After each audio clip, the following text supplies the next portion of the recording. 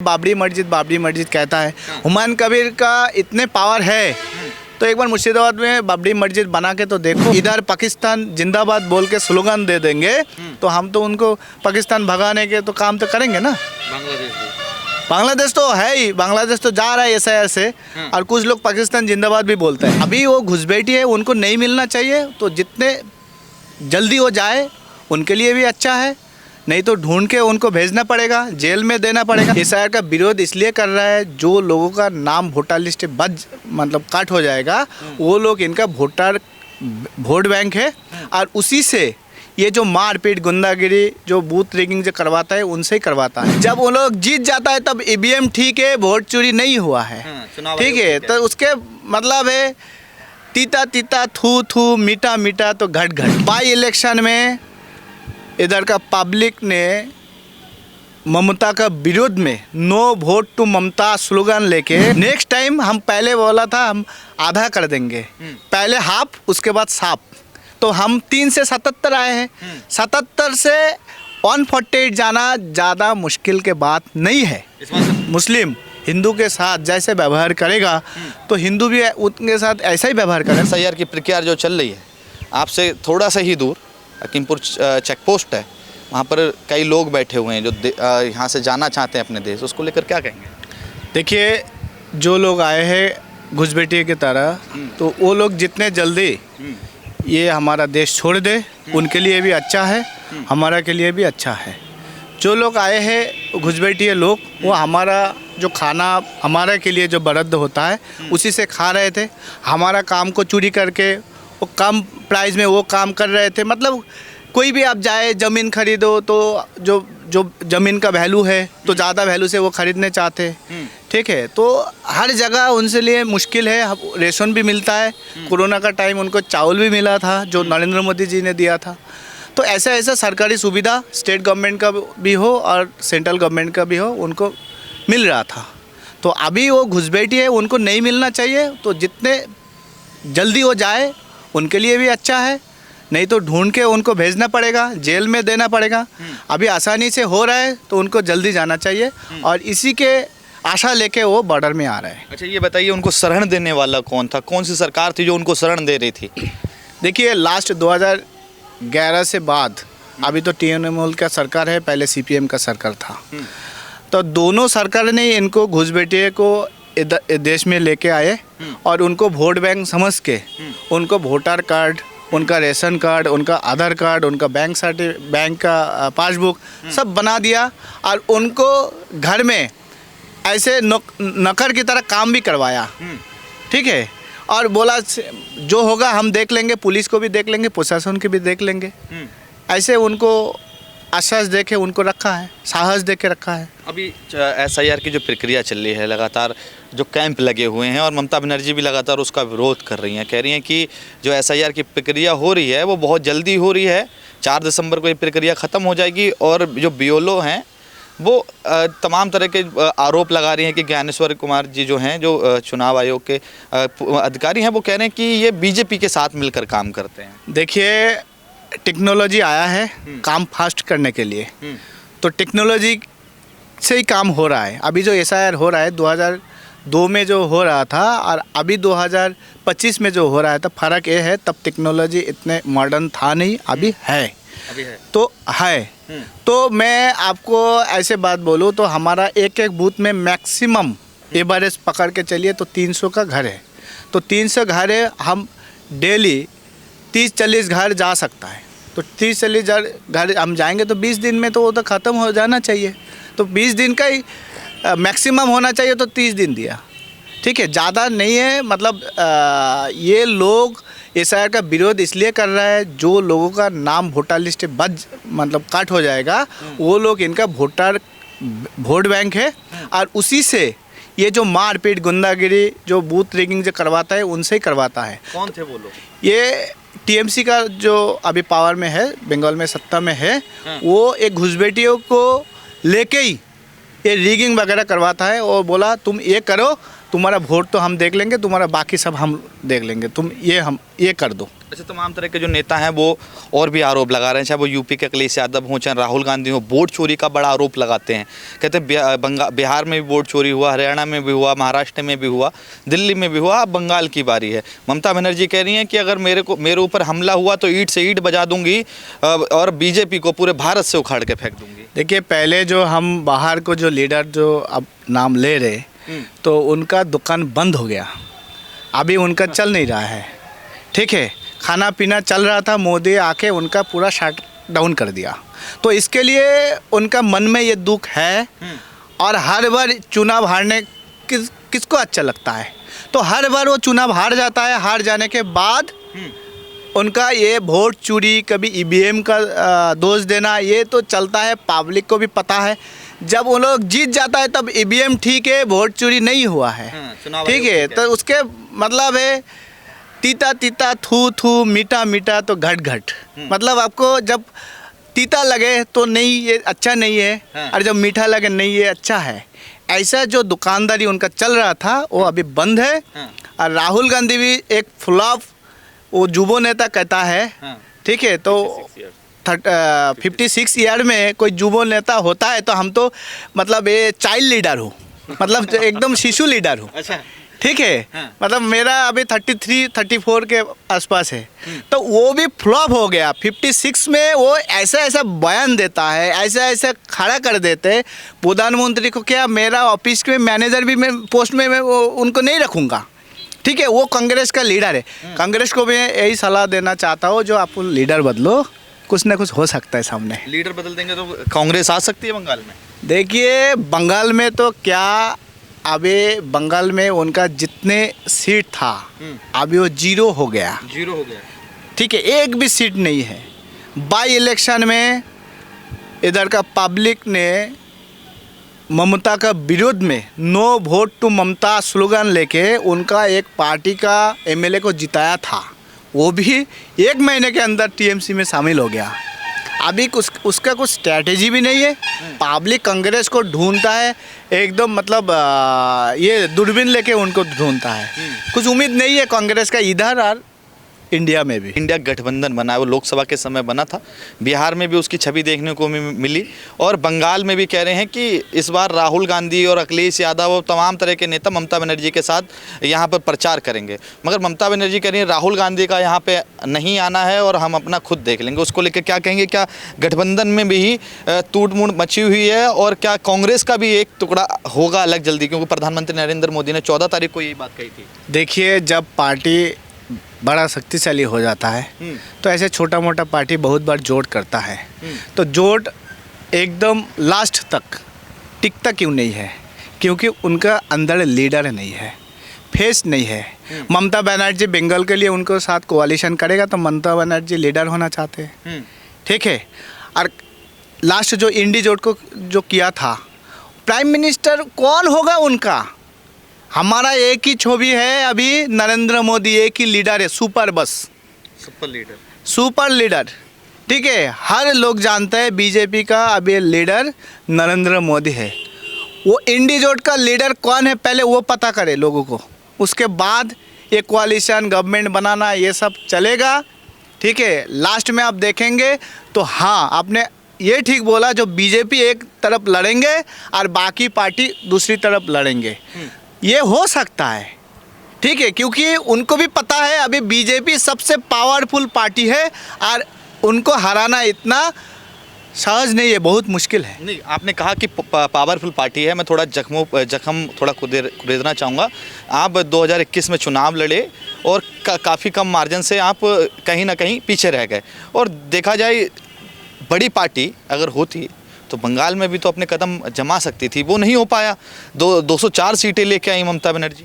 देखिए, हम जो बड़ा पार्टी के बात बोले हैं, अभी पूरा दुनिया में सबसे बड़ा पार्टी भारतीय जनता पार्टी है। और बंगाल के बात बोले तो हम 3 सीट से 77 तक गए। पहले हमारा 3 सीट था, हम 77 तक गए, हमारा इंक्रीज हुआ है, हम बढ़ाया है सीट। नेक्स्ट टाइम हम पहले बोला था हम आधा कर देंगे, पहले हाफ उसके बाद साफ, तो हम 3 से 77 आए हैं। 77 से 148 जाना ज़्यादा मुश्किल के बात नहीं है। इस बार सरकार बन जाएगी? बिल्कुल बनेगा।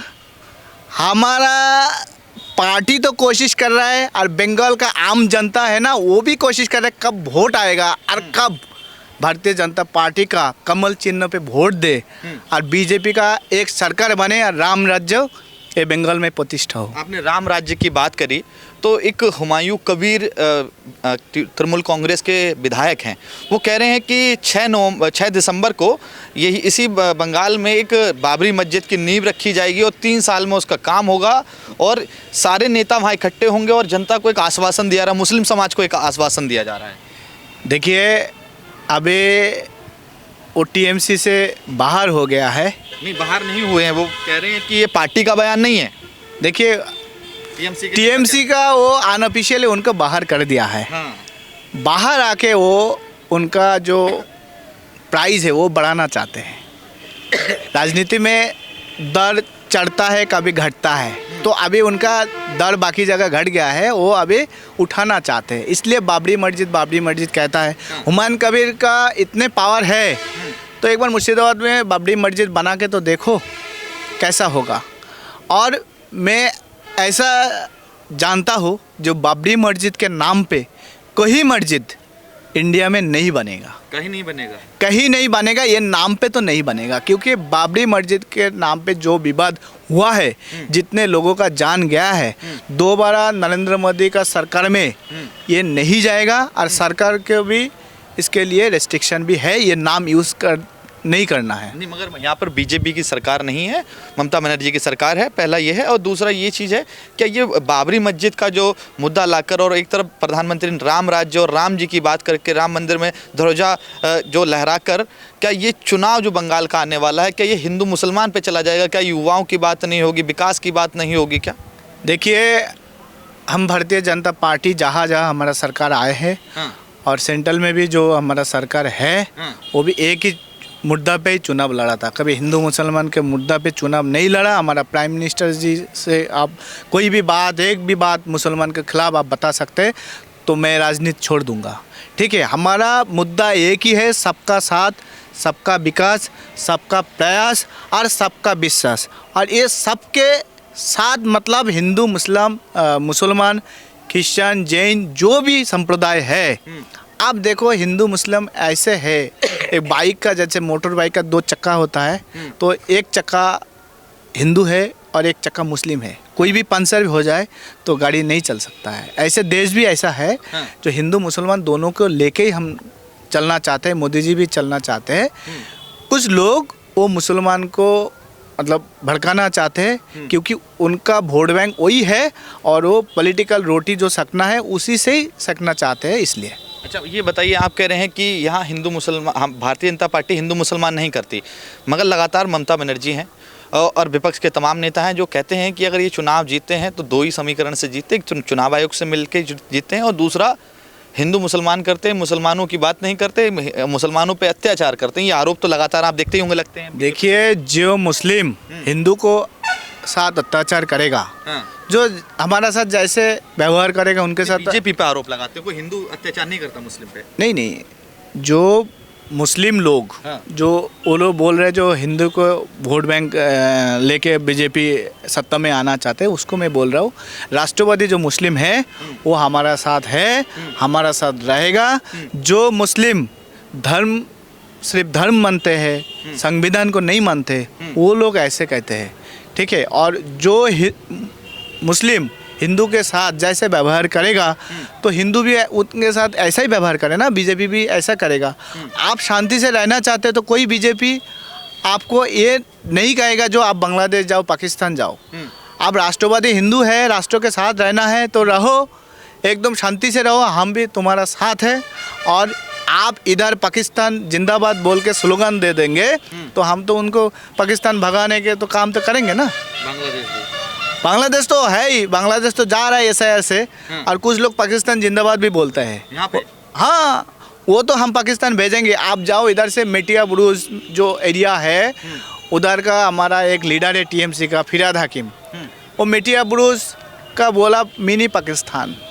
तो भारत के अंदर कोई पाकिस्तान है तो कोई तृणमूल लीडर ही बोल सकता है, ऐसे बाकी भारतीय जनता पार्टी कभी बताया नहीं। अच्छा ये बताइए आप मुझे अभी थोड़ा सा ये बताइए, मुर्शिदाबाद में अभी कुछ दिन पहले आपने देखा होगा कि हिंदू मुसलमान हुआ, दंगे भड़के, वो उसकी वजह क्या रही? क्या ऐसा हुआ कि लोगों के पानी की टंकी में, जो वहाँ के लोग बता रहे थे कि पानी की टंकी में लोगों ने कुछ ऐसा केमिकल मिला दिया कि वो पानी अगर वो पीते तो वो शायद इस दुनिया में नहीं होते।